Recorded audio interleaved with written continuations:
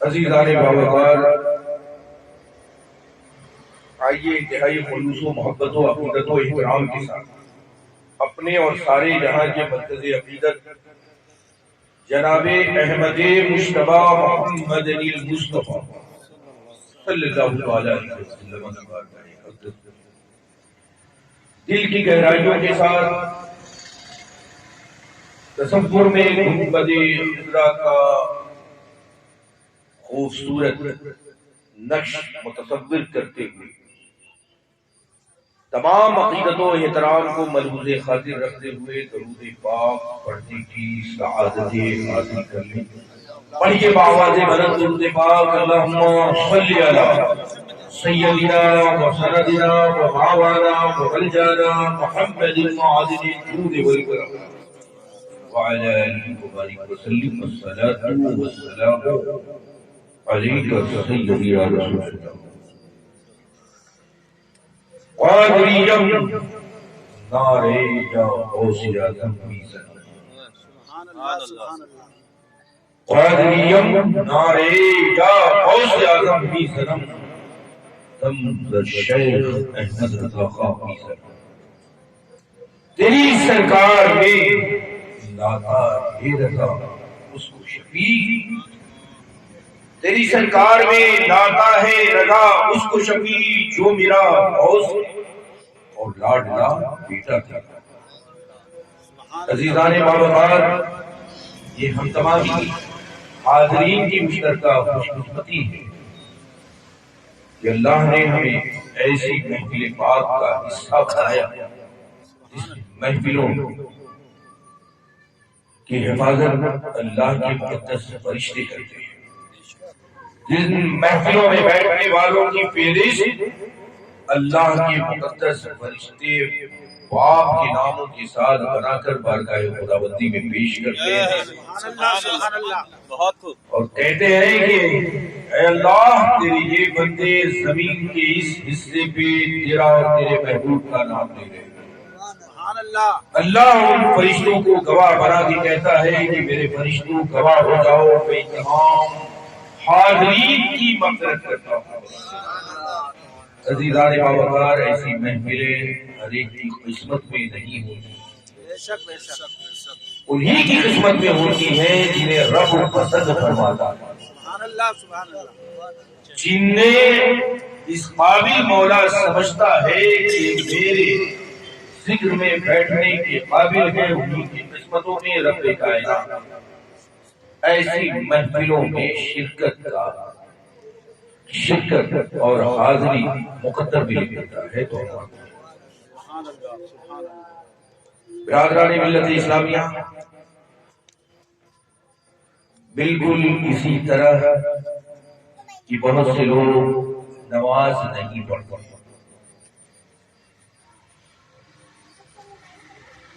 تو یہ ان کی کاہلی کہیے یا کچھ کہیے، لیکن فقہا فرماتے ہیں وہ نماز بندہ اس لیے نہیں پڑھ پاتا ہے کیونکہ اللہ ان سے اس قدر ناراض ہوتا ہے، ان کے اعمال بد سے اس قدر خفا ہوتا ہے کہ وہ چاہتا ہی نہیں ہے کہ یہ گنہگار بندہ میرے سامنے کھڑا ہو، اس لیے وہ اللہ پسند ہی نہیں فرماتا ہے کہ یہ بندہ میرے سامنے کھڑا ہو۔ اس لیے ہمیں ہمیشہ اللہ کی بارگاہ میں نیک توفیق مانگنی چاہیے کہ مولا میرے مقدر میں لکھ دے، میرے اعمال ایسے کر دے کہ میں تیرے سامنے کھڑا ہوں تو توفیق خیر اللہ چھین لیتا ہے ہمارے اعمال بد کی وجہ سے۔ اس لیے ہم بے نمازی بن جاتے ہیں، ہماری قسمت میں ہمیں توفیق نہیں ہوتی ہے کہ ہم روزہ رکھیں، ہمیں توفیق نہیں ہوتی ہے کہ ہم سچ بولیں، ہمیں توفیق نہیں ہوتی ہے کہ ہم کار خیر میں اچھے کاموں کا حصہ بنیں۔ اس لیے ہمیں ہمیشہ توفیق خیر رب سے مانگنا چاہیے کہ مولا ہمیں بھلائیوں کی توفیق دے، اعمال خیر کی توفیق دے، اعمال حسنہ کی توفیق دے۔ عزیزان محترم، یہ دیکھیں آپ، ہماری کچھ اسلامی حامیت رکھنے والے لوگوں نے اس جلسے کا آغاز کیا اور کرتے رہتے جنہیں اللہ توفیق دیتا.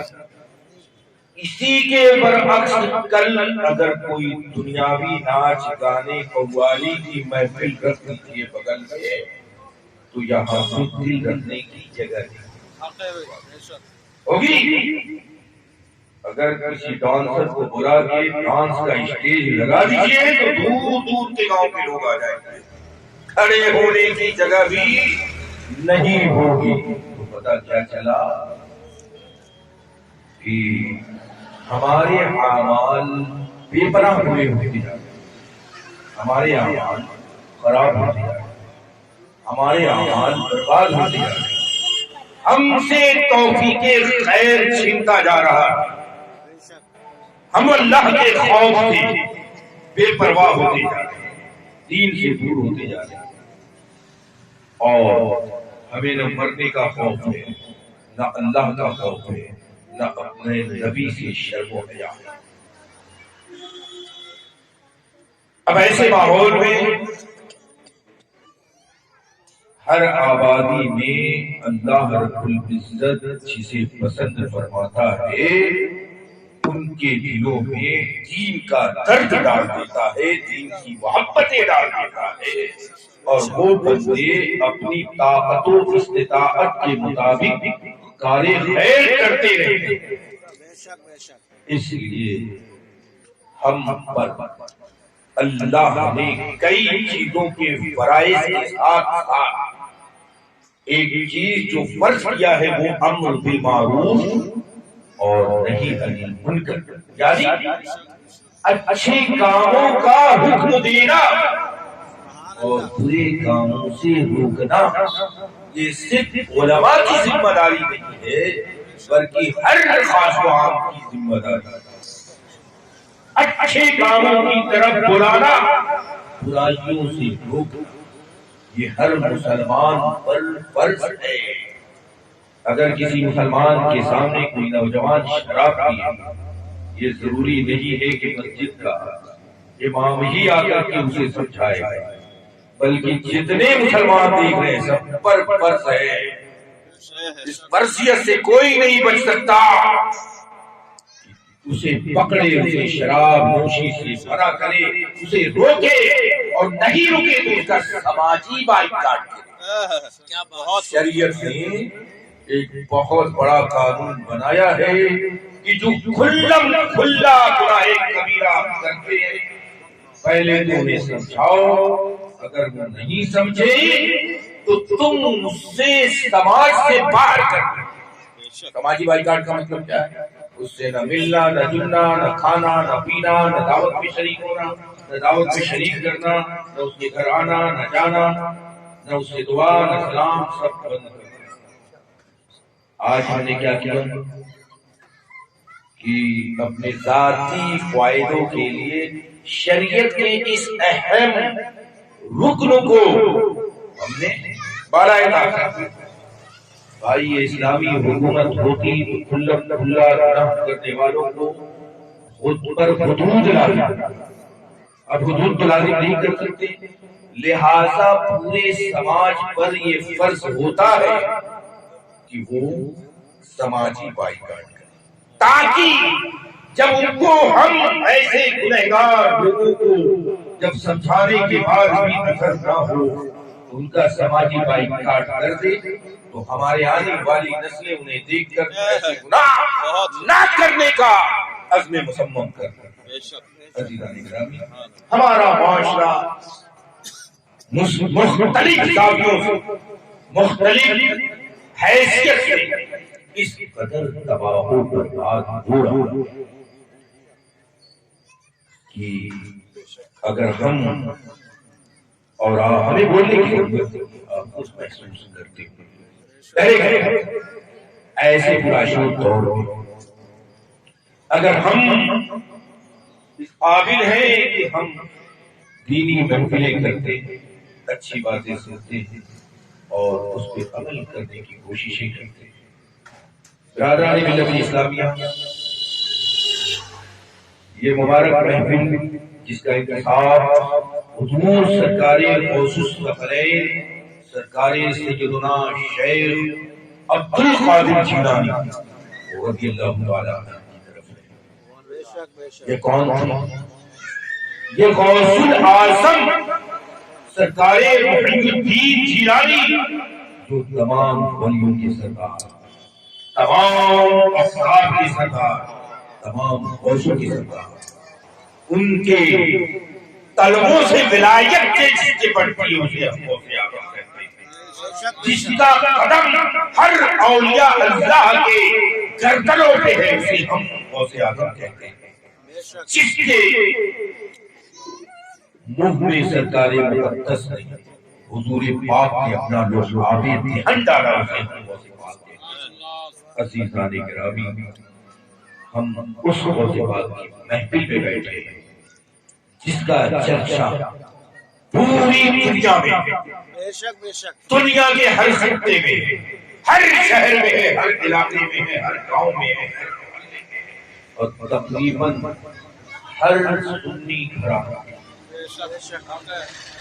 برادران ملت۔ مگر ایسے ماحول میں بھی کچھ لوگ ایسے ہیں جو کہتے ہیں کہ مزاروں میں جانے والے شرک، وہ تو مر کے معاذ اللہ مٹی میں مل گئے، وہ تو اپنے مزار سے مچھر مکھی بھی نہیں ہٹا سکتے، استغفر اللہ۔ تو ان کی بارگاہوں میں جانا، ان سے دعا کرنا، ان کی محفل کرنا، یہ سب کے سب شرک۔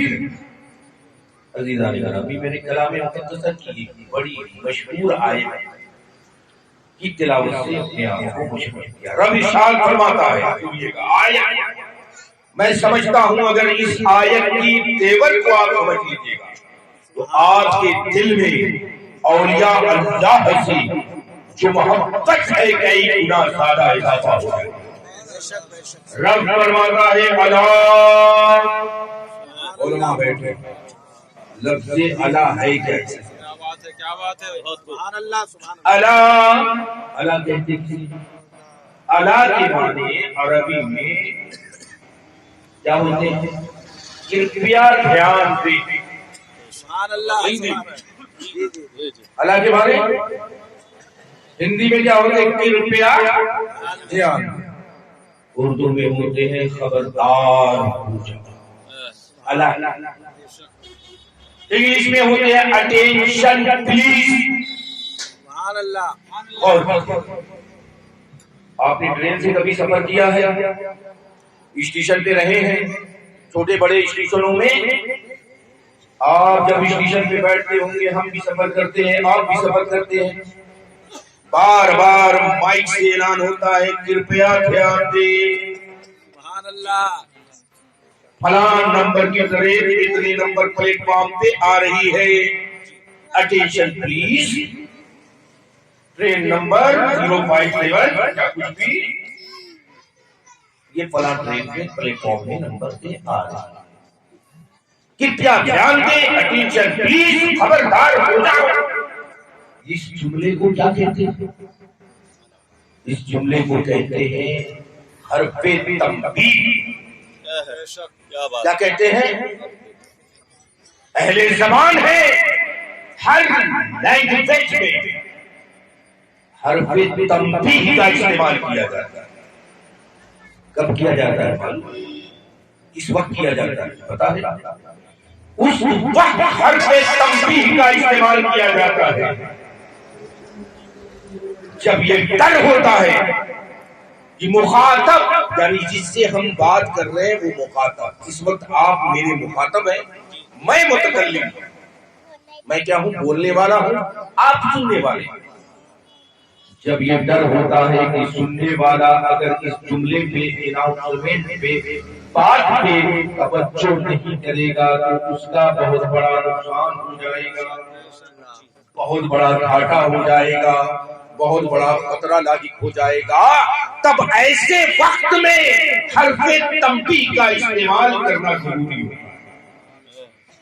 اسٹیشن پہ اگر پیسنجر غور سے نہیں سنیں گے اعلان تو ان کی ٹرین آئی کی بھی چلی بھی جائے گی، وہ وہی کے وہی بیٹھے رہیں گے، ان کی منزل انہیں کبھی نہیں ملے گی۔ اس لیے ٹرینوں کے لیے بار بار اٹینشن پلیز کہ دھیان دیں آپ کی ٹرین اس ٹرین پہ آ رہی ہے۔ تو پتا کیا چلا، حرف تنبیہ کو اللہ خبردار ہوشیار اللہ فرماتا ہے۔ اس کے بعد فرمایا اِنَّا، اِنَّا کے معنی عربی میں کیا ہوتی ہے؟ بے شک، کوئی شک نہیں، بے شک کوئی شک نہیں۔ یہ بھی اس وقت استعمال کیا جاتا ہے جبکہ سننے والے کو اس بات کا یقین دلانا مقصود ہو کہ جو میں بات بول رہا ہوں اس میں ذرہ برابر کہیں سے شک اور شائبہ نہیں، شک کی گنجائش بھی نہیں ہے۔ اس کے لیے ہم اردو میں بے شک کا استعمال کرتے ہیں، عربی میں لفظ اِنَّا، بے شک۔ اگر میں جملہ بولوں کہ کل میں بمبئی جا رہا ہوں، یہ جملہ ہے، ہو سکتا ہے نہ جاؤں، ہو سکتا ہے کینسل کر دوں، لیکن اسی کے ساتھ بولوں کہ بے شک میں کل بمبئی جا رہا ہوں۔ دونوں جملوں میں ڈیفرنٹ فرق ہوا کہ نہیں ہوا؟ کیوں ہوا؟ اس لیے کہ پہلے میں نے کہا کل جا رہا ہوں بمبئی، ممکن ہے کل کسی ریزن کی بنیاد پہ نہ جاؤں، لیکن جب کہہ دیا کہ بے شک میں کل جا رہا ہوں تو اب میرے نہ جانے کا کوئی سوال ہی نہیں ہوتا ہے۔ اب اللہ فرماتا ہے اللہ خبردار ہو جاؤ، ہوشیار ہو جاؤ، اِنَّا، بے شک اولیاء اللہ، اللہ کے ولیوں کو، اولیاء اللہ لا خوف علیہم ولا هم يحزنون، نہ ہی انہیں کسی چیز کا خوف ہے نہ حزن و ملال ہے۔ اب ذہن میں یہ سوال پیدا ہوا، اے مولا تو نے اسی قرآن مقدسہ میں نماز کا بھی حکم دیا اور ڈائریکٹ کہہ دیا یا ایھا الذین آمنوا اقیموا الصلاۃ وآتوا الزکاۃ، اے ایمان والو نماز قائم کرو اور زکات دو۔ تو نے روزے کا حکم دیا، ڈائریکٹ کہہ دیا۔ اے رب کائنات تو نے حکم حج کا بھی دیا ہے، مگر کہیں بھی تو نے نہ حرف تنبیہ کا استعمال کیا نہ اِنَّا کا استعمال کیا۔ غور کیجیے گا میرے مولا، اسی قرآن میں تو نے نماز کا حکم دیا لیکن حرف تنبیہ کا استعمال الا نہیں کہا، اِنَّا نہیں کہا۔ اے میرے رب کائنات، آخر ان بولیوں میں کیا بات ہے کہ ان کا جب انٹروڈیوس کرانا مقصود ہوا، تعارف کرانا مقصود ہوا تو الا بھی کہہ رہا ہے، اِنَّا بھی کہہ رہا ہے، عاطف غیبی آواز دیتی ہے کہ نماز کا حکم دوں گا سب قبول کر لیں گے، نماز کو سب پڑھیں گے، حج کا حکم دوں گا سب اس پہ عمل کریں گے، زکات کا حکم دوں گا زکات بھی نکالیں گے، اور روزے کا حکم دوں گا روزہ بھی سب رکھے گا۔ عام ہے، کوئی ایسا نہیں، ہر مسلمان رکھنے کی کوشش کرے گا اور کثرت سے رکھیں گے، نماز بھی کثرت سے پڑھیں گے، حج پہ بھی کثرت سے جائیں گے۔ جب میرے محبوبوں کی بات آئے گی، جب میری پھلیوں کی بات آئے گی تو یہ اعتراض کریں گے، یہ نہیں سمجھ پائیں گے، سمجھنا ان کے لیے مشکل ہوگا، یہ اپنے جیسا کہیں گے، یہ شرک کہیں گے۔ اسی لیے میں نے ان کی توجہ کو پہلے مبذول کیا کہ یہ میرے دوست ہیں، یہ میرے خاص بندے ہیں، یہ میرے اولیاء ہیں، یہ میں انہیں چاہتا ہوں، اس لیے ان کے بارے میں ذرہ برابر گستاخی مت کرنا، اپنے عقل و شعور کو مت بھکانا، مت پھرانا۔ یا لا میں نے کہا تاکہ خبردار ہو جاؤ، ہوشیار ہو جاؤ، بے شک یہ میرے دوست ہیں، جب دوست ہے میں نے اسے اسپیشل پاور بھی دیا ہے، طاقت بھی دیا ہے، تصرفات بھی دیا ہے، کائنات میں جو چاہے کر سکتے ہیں۔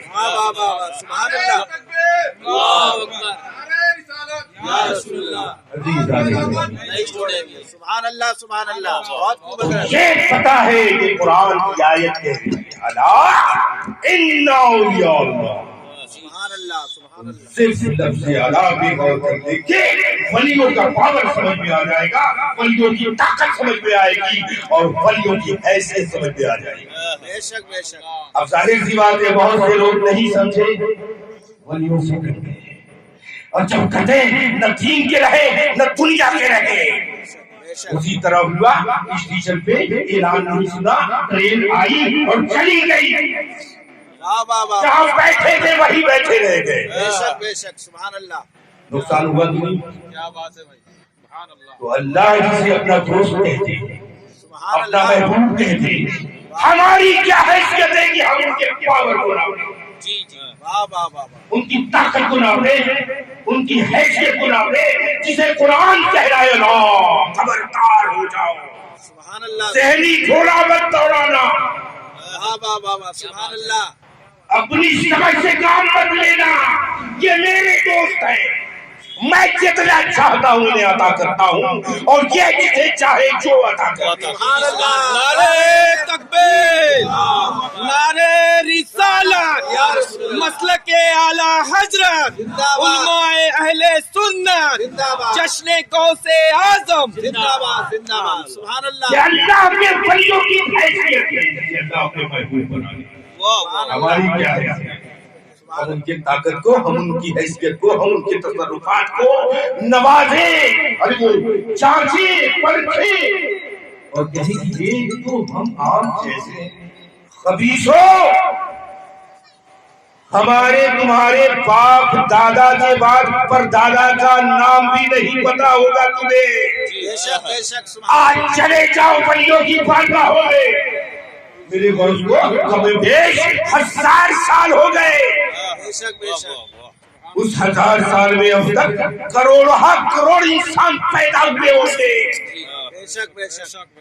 تاریخ ان کا نام بھی نہیں جانتی, ان کی اولادیں بھی انہیں بھول چکی ہے, لیکن میرا خوف زندہ تھا, زندہ ہے, زندہ رہے گا.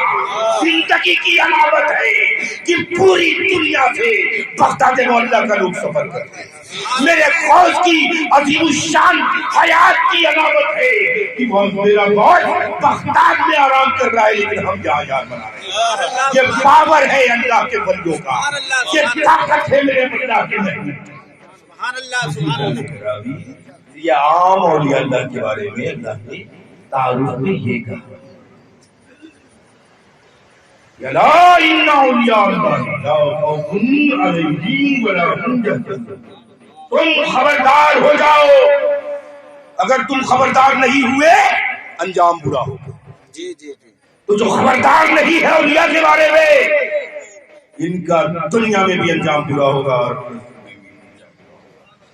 نمازیں چاہے جتنی پڑھ لو, واہ واہ واہ. کیا روزے جتنے رکھ لو, اللہ نے حدیث قدسی میں یہ بھی فرمایا ہے جو میرے ولی کا دشمن وہ میرا دشمن. سبحان اللہ. عزیزان اکرامی, اللہ کے خاص بندوں کی خاص باتیں ہوتی ہیں, ہم عام بندے جی. کیا جانا, اور اللہ کے خاص بندوں سے خاص ہی بندے محبت کرتے ہیں. ہر ایک کے دماغ میں نہ وہ طاقت ہے کہ ان کے پاور کو سمجھ سکے, نہ ہر ایک کے دماغ میں وہ حیثیت ہے, صلاحیت ہے کہ اولیاء کرام کی باتوں کو سمجھ سکے. بے شک. برادران اسلام, یہاں ولیوں کے تعارف پہ اللہ نے ایسے کہا, اور ہم تو ولیوں کے ولی امام الاولیاء غوث اعظم جس کا قدم ہر ولی کے گردنوں پہ ہے اس کی یاد منا رہے ہیں. سبحان اللہ سبحان اللہ. برادر ملت اسلامی, جب سرکار غوث پاک تھے بڑے بڑے اولیاء کاملین تھے, وہ زمانہ بڑا اچھا تھا, وہ روحانیت کا دور تھا, اتنی زیادہ شیطانیت نہیں تھی جتنی آج ہے. اس وقت بھی زمانے میں بہت سارے اولیاء کرام, ایک ولی حضرت عبد الرحمن بھی تھے جن کے بہت سارے مریدین تھے. وہ اپنی محفل میں بیٹھے, مریدین کا جمع خبیر ہے, وہ فرماتے ہیں میں ولیوں میں میرا مقام ایسا ہے جیسے کہ سارس پرندے کا مقام تمام پرندوں پہ ہے۔ اتنا کہنا تھا کہ مریدوں کے بیچ سے ایک سید علی نام کے صاحب کھڑے ہو گئے اور چلا لے، حضرت تھوڑا ہوش سنبھال کے کہیے گا، اور اپنے بدن میں کمبل اوڑے تھے، غصے کے ہمارے کمبل اٹھا کے پھینک دیے، کہا خبردار یہ مت کہیے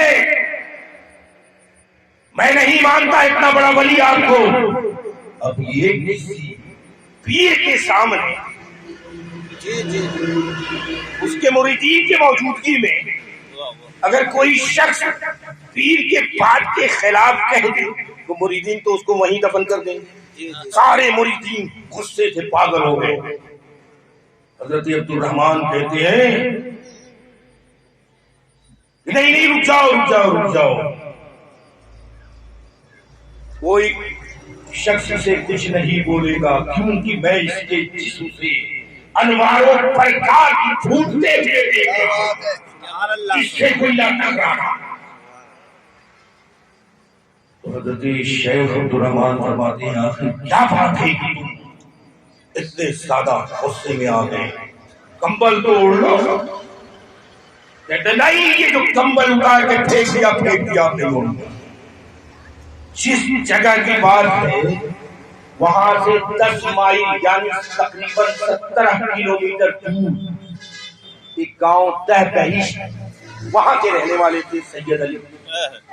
یہ کہتے ہیں میری اہلیہ تھوڑا میرا کتا اتار کے لا دو، اب ادھر 17 کلومیٹر دور سے ان کی بیوی سن رہی ہے، اور اتار کے لائی اور لا کے محفل میں پھینک دیا۔ سبحان اللہ، تمام شرکا حیران۔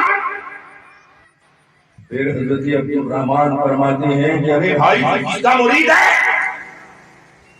سبحان اللہ، وہ کہے کہ میں شیخ عبد القادر جیلانی کا مرید ہوں۔ سبحان اللہ، سبحان اللہ، ارے جس کے پیر کا یہ عالم تو میرے پیر سے کیا تم مقابلہ کرو سبحان گے؟ اللہ، سبحان اللہ، حق ہے حضرت، سبحان اللہ، واہ واہ واہ، بہت فوراً عبدالرحمن شیخ کھڑے ہو گئے تو مریدین کو کہا، تیار کیا، کہا کہ ارے میں نے تو کبھی ان کا نام نہیں سنا تمہارے پیر کا، اور میں بارگاہ خداوندی میں جاتا ہوں، کبھی شیخ عبد القادر جیلانی سے میری ملاقات نہیں ہوئی۔ فوراً لیکن آج ماننے پہ تیار ہو گیا کہ تم ایک عظیم پیر سے مرید ہو، کیوں کہ جب تمہارے اندر اتنی روحانیت ہے تو تمہارے پیر کی روحانیت کا کیا عالم ہے؟ کیا بات ہے، سبحان اللہ، واہ واہ واہ واہ، بہت خوب۔ عزیزان گرامی، فوراً دو مریدین کو بلاتے ہیں اور کہتے ہیں کہ یہ غلط اور یہ جوڑا، اور جاؤ بغداد اور میرا سلام شیخ عبد القادر جیلانی سے کہنا اور کہنا کہ آپ بارگاہ خداوندی میں کب جاتے ہیں، سبحان اللہ، ہماری تو کبھی ملاقات نہیں ہوئی۔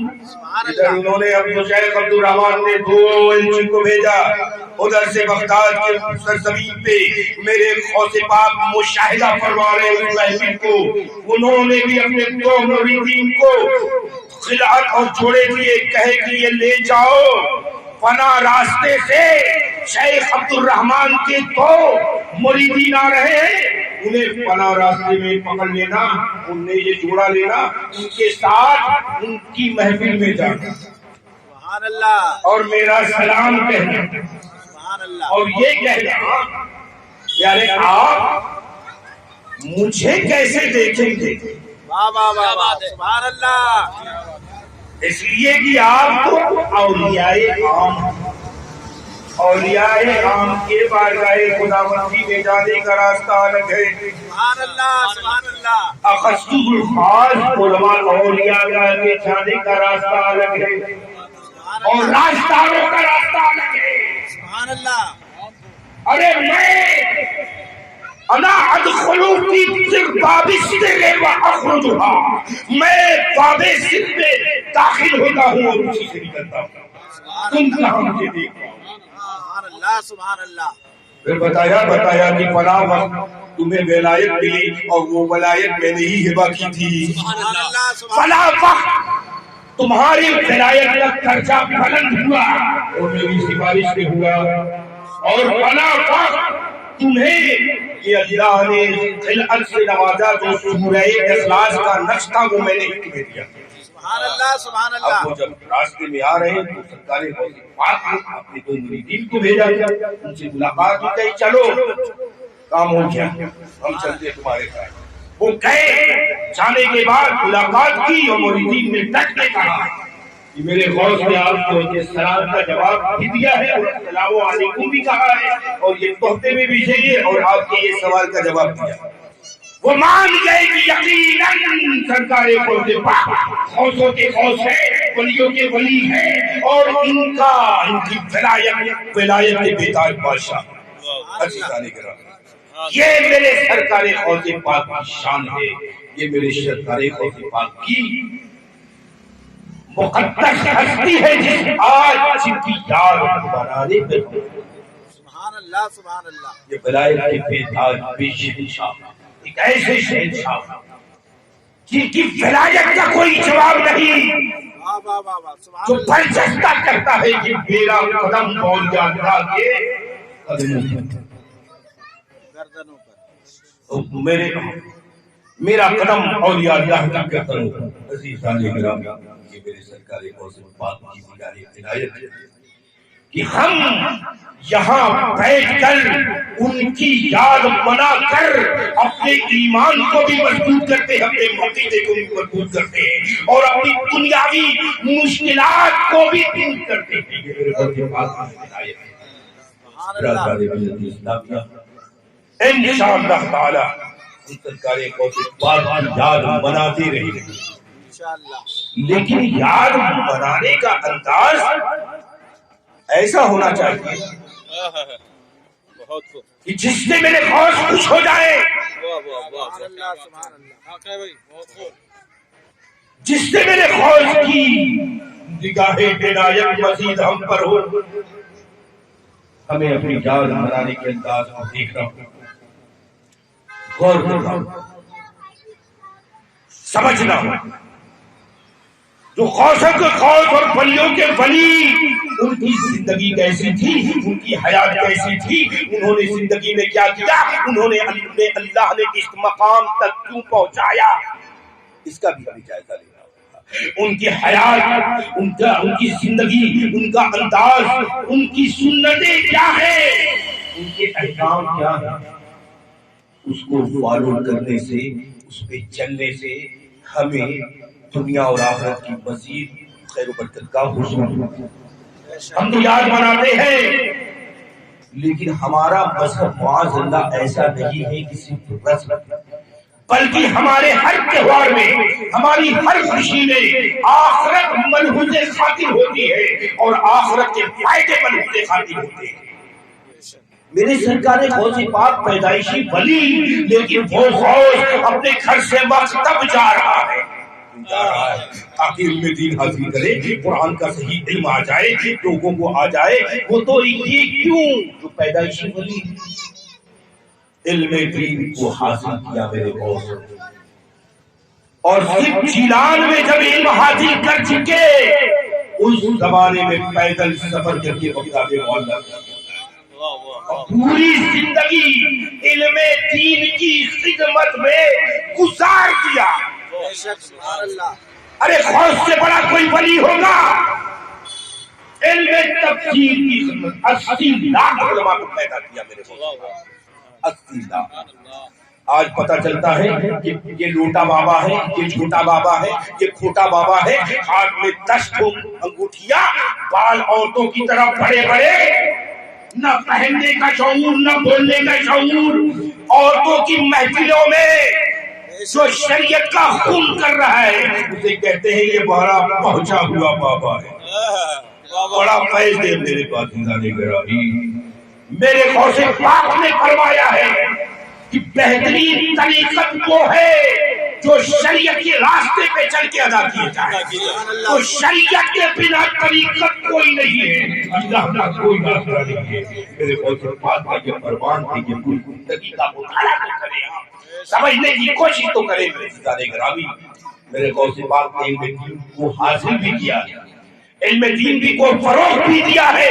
آج دیکھیے بڑی خوشی ہوئی اسی فروری کی سرزمین پہ، کوسمی کی سرزمین پہ حضرت مولانا حافظ شمیم صاحب نے ایک عظیم شان جلسہ کیا، علم دین کو فروغ دے رہے ہیں، ماشاءاللہ علماء کرام فروغ دے رہے ہیں۔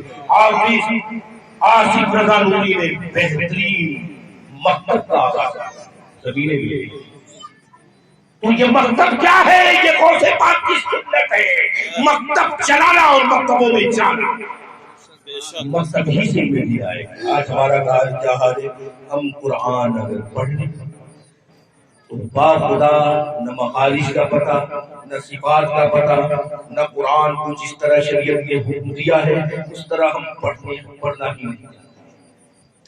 تو بھائی مکتب میں جانے کا کوئی یہ نہیں ہے کہ آپ ایسے بچے جائیں، اگر آپ کے دل میں خدا کا خوف ہے اور یہ سوچ رہے ہیں کہ ہم بھی قرآن صحیح ڈھنگ سے پڑھیں، ہماری نمازیں صحیح ہو، علماء سے سنتا کیجیے، ان کے مکاتب میں خود بھی جائیے، قرآن پڑھیے، صحیح سے پڑھیے، مسائل سیکھیے۔ ہم نے کیا کیا؟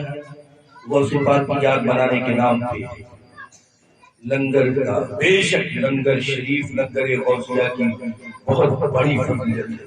میرے غوث پاک فرماتے ہیں کہ جنت کا سب سے بہترین تحفہ اس کے لیے ہے جو بھوکوں کو کھانا کھلائے، اور بھوکوں کے شکم میں ایک نوالا کھانا ڈالنا 100 مسجدوں کے بنانے سے بھی زیادہ۔ لیکن اس جملے پہ غور تو کیجیے، کیا بات ہے یعنی ایک بھوکے کو اگر آپ نے کھانا کھلا دیا تو 100 مساجد بنانے سے بھی زیادہ ثواب ہے۔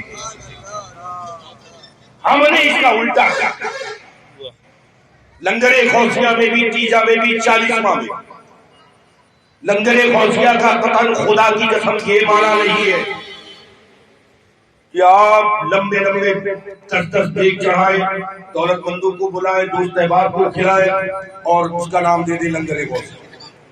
میرے بھائی یہ تبرک تو ہو سکتا ہے، لیکن لنگر غوثیہ اس وقت ہوگا جب آپ کے علاقے کے بھوکے یتامہ کھائیں، مسکین کھائیں، فقراء کھائیں، وہ کھائیں جن کا کوئی ذریعہ معاش نہیں، جو بھوک سے تڑپ رہے ہیں، جنہیں کوئی کھلانے والا نہیں، جنہیں کوئی پلانے والا نہیں۔ تو عزیز خانے گرامی میں بار بار نہیں کہتا ہوں، ہم 5 لاکھ بھی خرچ کر دیں اور پورے شہر نہیں پورے ضلع کو کھلا دیں، اگر غربا مساکین یتیمہ یتامہ اور بھوکوں نے نہیں کھایا تو اس لنگر کا کوئی معنی مقصد نہیں ہے۔ ہمیں ضرورت ہے اس دور میں تو ہمیں تربیت کی ضرورت ہے، ہمیں علم دین کی ضرورت ہے، ہمیں نقش قدم غوث پاک کی ضرورت ہے، ہمیں مکاتب کی ضرورت ہے، ہمیں ضرورت ہے کہ ہم اپنے بچوں کو علم دین سے آراستہ پہنانا کریں، ہمیں ضرورت ہے کہ ہم علم دین گھر گھر پہنچائیں، ہر شخص کو بتائیں کہ قرآن ایسے پڑھا جاتا ہے، نماز ایسے ہوتی ہے، معاشرہ ایسے ہوتا ہے۔ ایک باپ کی یہ ذمہ داری ہے، ایک ماں کی یہ ذمہ داری ہے، اور عورتوں کو یہ پردے کا لنگر میں کیا ہوتا ہے، بڑی شرم آئی، بہت افسوس ہوتا ہے۔ بے پردہ ہماری مائیں اور بہنیں، جی جی جی بے پردہ اللہ کے نبی صلی اللہ علیہ وسلم شب معراج تشریف لے جا رہے تھے، انہوں نے آگے بیان کیا صحابہ کرام سے کہ جہنم میں سب سے زیادہ عورتیں جائیں گی۔ صحابہ پریشان، کیوں میرے آقا؟ کہا کہ دیکھو میں نے جہنم کا بھی مشاہدہ کیا، جنت کا بھی مشاہدہ کیا، دیکھا کہ ایک عورت الٹی لٹکائی ہوئی ہے اور اس کا بھیجا ایسے کھول رہا تھا جہنم کی آگ سے جیسے حاجی نے کوئی کھانا کھولتا ہے۔ میں نے پوچھا آخر اس عورت کو ایسی سزا کیوں دی جا رہی ہے؟ پتا چلا کہ یہ عورت ننگے سر باہر نکلتی تھی۔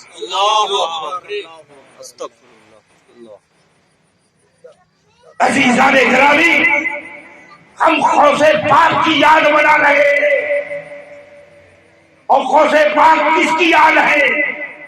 حضرت مولا علی مشکل کشا کی، حضرت سیدہ فاطمہ الزہرا کی۔ آئیے ہم سیرت فاطمہ کو دیکھیں۔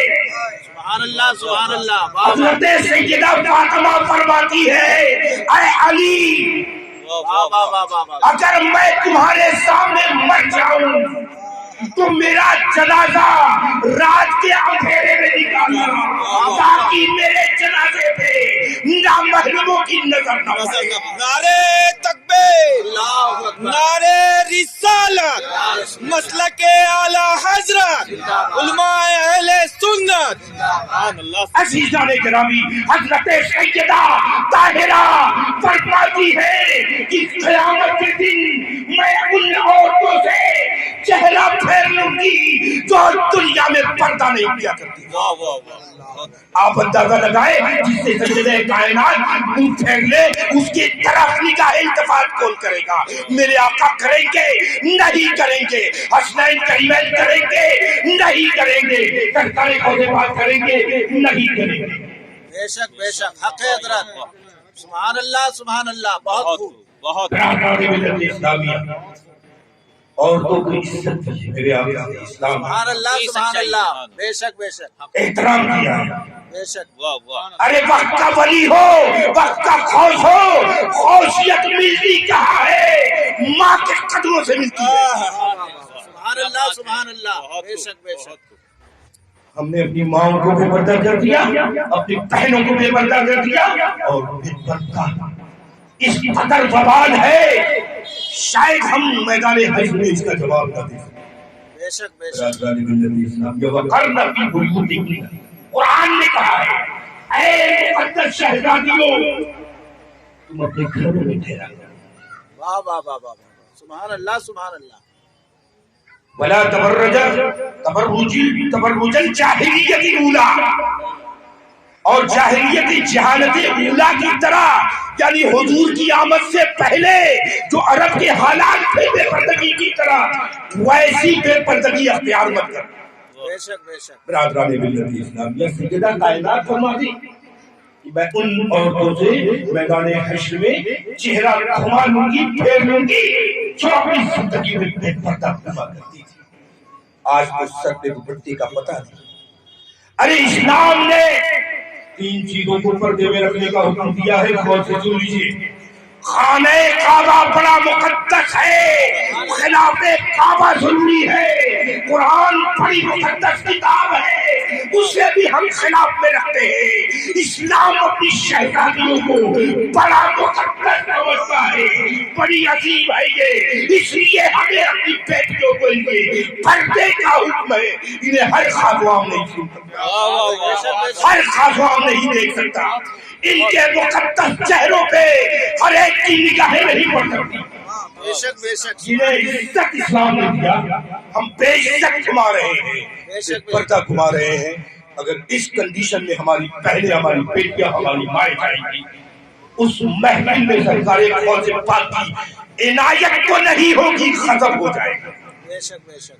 اس لیے ہمیں اپنے معاشرے کو سنبھالنے کی ضرورت ہے، حق ہے۔ مسائل بتانے کی ضرورت ہے، دین پھیلانے کی ضرورت ہے، پابند شرع بنانے کی ضرورت ہے۔ ایک بیٹی اپنے باپ کا وقار ہوتی ہے۔ جی جی بے شک۔ گھر کی عورتوں سے مردوں کی خیرت کا اندازہ لگتا ہے، بے شک بے شک۔ گھر کی خواتین سے مردوں کی خیرتوں کا اندازہ لگتا ہے۔ گھر کے مرد کیسے، ہماری خیرت کیسے گوارا ہو، ہماری خیرت کو کیسے گوارا ہوتا ہے، ہماری بیٹیاں بے پردہ رہتی ہیں۔ ارے یہ فرض ہے، آپ دیکھیں گے شریعت کا کیا حکم ہے۔ وہی عورت جب نماز پڑھے گی، کتنا سر عورت کرنا فرض ہے، پورے سر کے بال سے لے کے پیر تک صرف چہرے کا اتنا حصہ کھلا، اور ہاتھوں کی کلائیاں اور پیر۔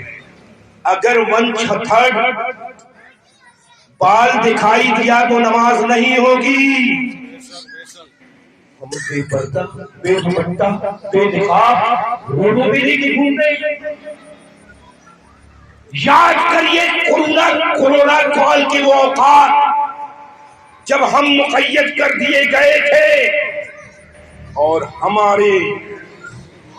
پوری دنیا پردے میں آ گئی تھی، جو پردوں کا کی مخالفت کیا کرتے تھے، جرمنی نے کیا، فرانس نے کیا، امریکہ نے کیا، پتہ چلا کہ وہاں کے مرد بھی ایسے لباس میں جو لباس پردے کا بھی ڈبل پریشان کن تھا۔